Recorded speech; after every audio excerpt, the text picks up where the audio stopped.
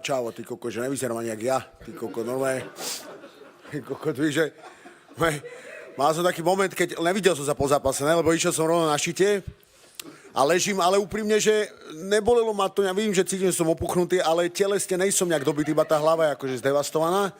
A drží ma tak priateľka za ruku a prišlo mi to také, moc ma ako lutuješ, hovorím, Lali, že neprežívaj to tak, ona, že hej, že lebo že ako vyzerá to, hovorím, nič mi není.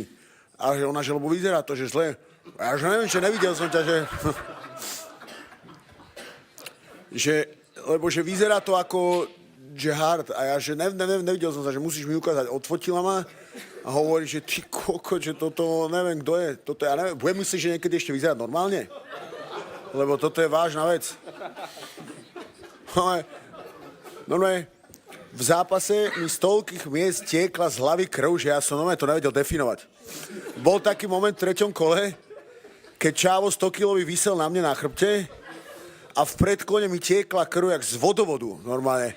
A hovorím, že tak toto je halus.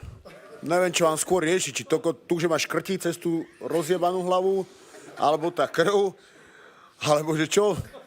Ale z tohto zápasu si beriem to, že podržal som sa, nesklamal som sa a ja som, neviem, ja mám normálne z tohto zápasu dobrý pocit, ja to neviem definovať. Myslím si, že fighteri mi budú rozumieť, že niekedy, keď podržíš, ako keby sám seba dotiahneš to do konca, proste vždy bude jeden lepší, horší, že to je fighting, ale mňa to bavilo a ľúbilo sa mi to. Aj Paťovi, ak on hovoril pekne teraz na mňa, ja mám to isté s kému späť, že podľa mňa je z veľa rozhovorov, ktorý som robil, že ľudia si z toho zobrali to zle, ale ja som všade vyjadroval rešpekt, však to je proste, je v prvej stovke